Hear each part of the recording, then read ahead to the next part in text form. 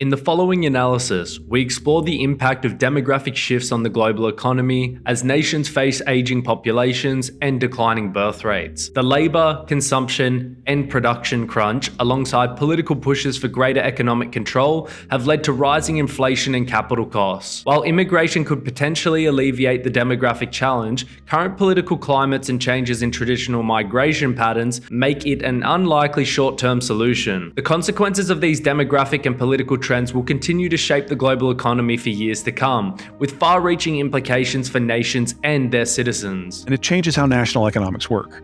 Because when you live on a subsistence farm, kids are free labor, you have a whole bunch of them. But when you live in town with an industrial job, you're probably living in a condo, and then kids are really expensive habits, and adults aren't stupid, so we had fewer of them. You play that forward 75 years. And we've had a massive demographic shift in the wider world. It started out when a lot of these countries had a lot of people that were young in their 20s and their 30s back in the 60s, 70s, and 80s.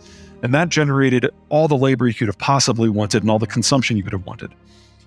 But they kept aging. Nobody was having kids.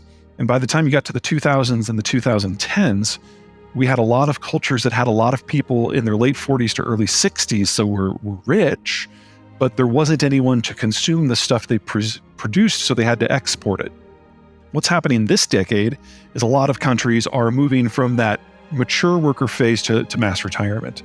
And we don't have an economic model for what happens when you don't have workers of any age or consumers of any age.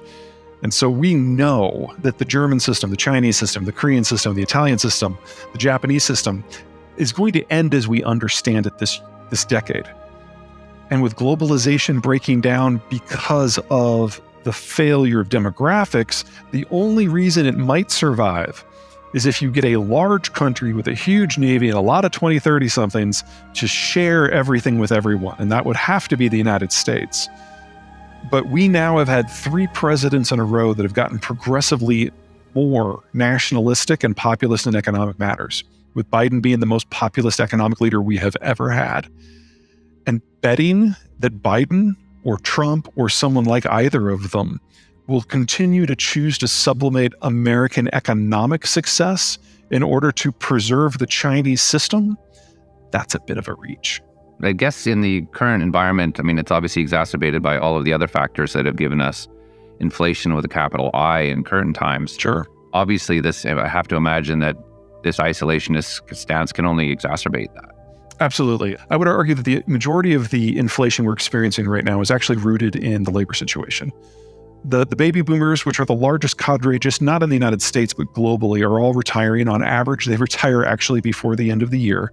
So we are well past the peak. We're on the downward slope now. And that means we have lost not just the capacity to produce goods in mass, but also to generate the capital that's necessary to keep the entire system running, whether that's for credit card debt or borrowing to build an aircraft carrier battle group. The cost of capital everywhere is going up pretty sharply right now. This is not a one-off. This is not the Federal Reserve. This is demographic. This is people moving into retirement and taking their capital with them, liquidating their stocks and bond portfolios and going into much more conservative, low-risk things like T-bills and cash. This was always going to happen.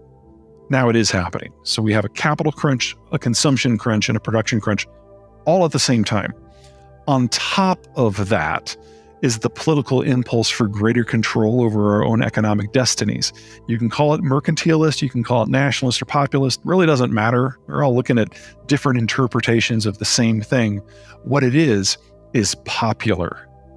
The Biden administration is in the process of firing the starting gun, if you will, on doubling the size of the American industrial plant, because we're going to need that in a world where China and Germany cannot function in the way we've become used to it. But yes, that means that in our constrained labor environment, we have to employ a lot more people. And that means that inflation has nowhere to go but up for a very long period of time, at least 5 years. So one of the release valves for that demographic challenge is immigration. Sure. Which of course is, not always in tune with the politically where the parties want to go there. So what about immigration as a substitute for birth rate? Like, is that a way that we can get around? Maybe we have a few pro-immigration nations around the world that could sort of create a younger workforce just through policy? In the mid to long term, that is absolutely true, but in the short term, it's not possible. So two things here. Number one, our single largest source of migration for the last 50 years has been Mexico. But Mexico started down the road towards industrialization and urbanization just like everybody else. They just started later. They started in the early 90s. Well, the early 90s was 30 years ago, which means that Mexico's birth rate halved about 25 years ago and never recovered. So net migration from Mexico to the United States has actually been negative for 12 of the last 13 years, and I doubt it's ever going to recover. So our normal one-stop shop is gone. That means we have to go to the Eastern Hemisphere and recruit. And that means we need a conscious, congressionally mandated immigration policy, because we can't just pretend that there's no immigration and leave the southern border open. People actually have to get here from a different hemisphere. The problem we're facing right now is we're also going through a political transition in the United States.